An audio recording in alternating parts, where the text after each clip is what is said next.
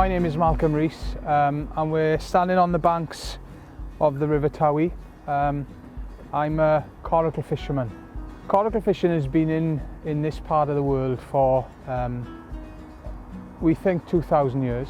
My family has fished the river for at least 300 years. And it's basically a trawl. You have two small oblong vessels that basically drift down to try and catch migratory sea trout, which are called sewin in West Wales, and salmon. They're coracles in many rivers around the world, okay? But they've sustained themselves in West Wales because of the abundance of fish, because they're predominantly river crossing craft, but we use them to fish.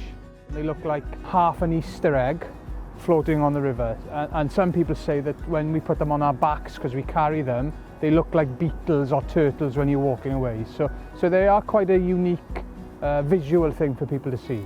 We achieved GI status for catching sewin, and West Wales coracle caught sewin and West Wales coracle caught salmon. You can only see this in this part of the world. There isn't anywhere else that you can see these vessels fishing for migratory fish on a river with a net. Being on that river, you know, it's nature at its very best. You hear the birds, you see the stars, you see otters, you see herons. It's incredible. You know, I'm very privileged to be able to do it.